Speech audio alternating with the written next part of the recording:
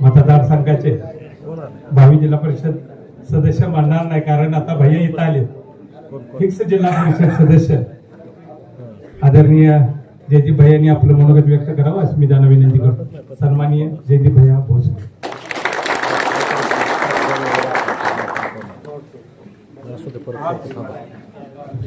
आपल्या या नेनकरजी परिसर नगरीमध्ये स्वर्गीय लोकनेते काका भोसले यांना मी प्रथमतः विनम्र अभिवादन वाहतो. आज जिल्हा परिषद निवडणूक 2026 या निवडणुकीच्या निमित्तानं आज आपण सर्वजण इथे एकत्र जमलो आहे.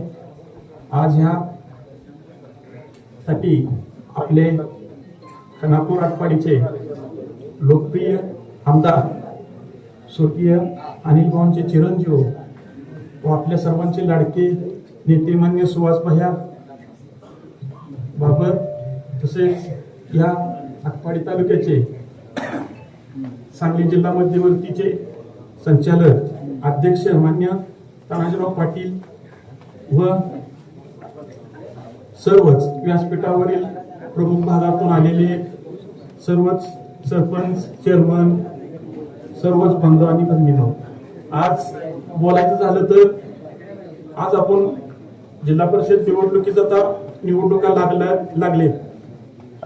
आज बघतोय आपण सध्या की येणाऱ्या काळात अर्ज भरण्याची मुदत चालू झालेली आहे.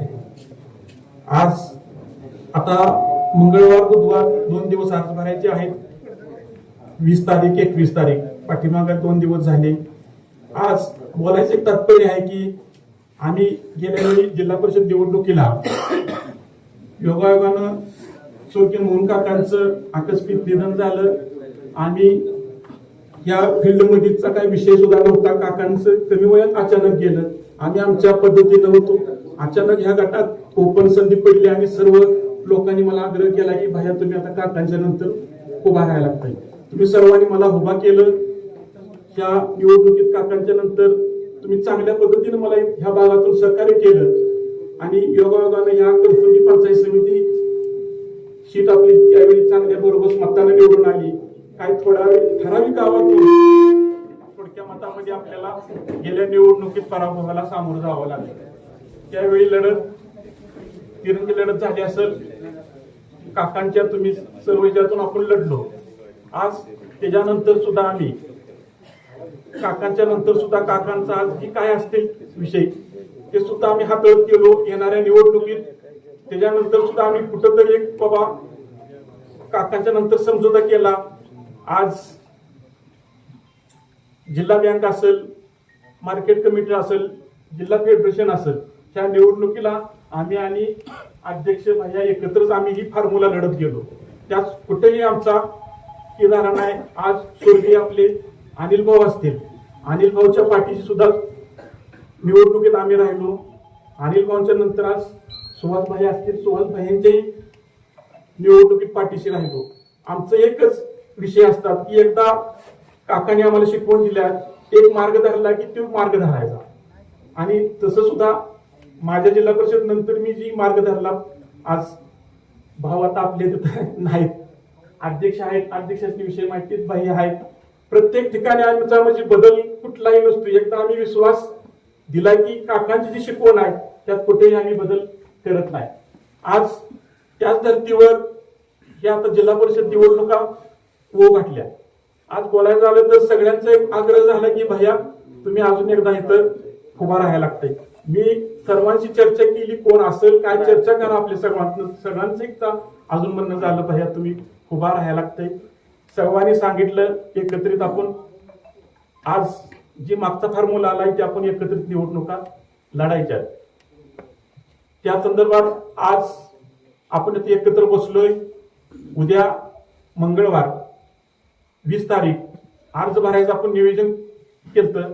त्याआधी म्हटलं एक बैठक होऊया. बैठकीत आपलं एकत्र अशा स्वरूपात अर्ज आपण भरायचा. आज काही गोष्टी झाल्या तर आज जिल्हा परिषदच्या निवडणुकीच्या बाबतीत बोलायचं झालं तर आज काही गोष्टी सगळ्यांच्या आम्ही ऐकून घेतल्या.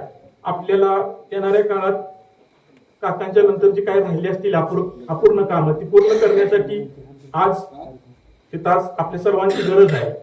आणि काय जे निर्णय असतील ते आपल्याला भैया अध्यक्ष बोलतीलच. त्या पद्धतीनं मी एवढं सांगतो की तुम्ही जसं पाठीमागच्या वेळी थोडक्यातच मला संधी झाली, योगायोगानं अजून डबल उभा राहण्याची संधी मिळाली. त्या संधीचा आज ह्यावेळी मी काय सांगत नाही, स्वर्गीय मोहन काकांचा आणि स्वर्गीय अनिल भाऊंचा 100%च माझ्या मागे पाठिंबा असणार आहे. एकच शब्द सांगतो, जी काय बोलण्यापेक्षा करून दाखव एवढंच बोलतो. आणि आज विषय झाला तर आता उद्या आपण अर्ज भरायचा आहे. अर्ज भरायला सुद्धा एकत्रित काय चर्चा झाल्या, त्या निर्णयाला आपण अर्ज भरू. आणि भैया आपण सर्वजण इथं आला त्याबद्दल मी सर्वांना आपल्याला शुभेच्छा देतो. आपण सर्व परिसरातून आला, वेळात वेळ काढून आला. वेळ झाल्यामुळे मी काय बाकीचे वक्त थांबवला थांबतो. जय हिंद, जय महाराष्ट्र.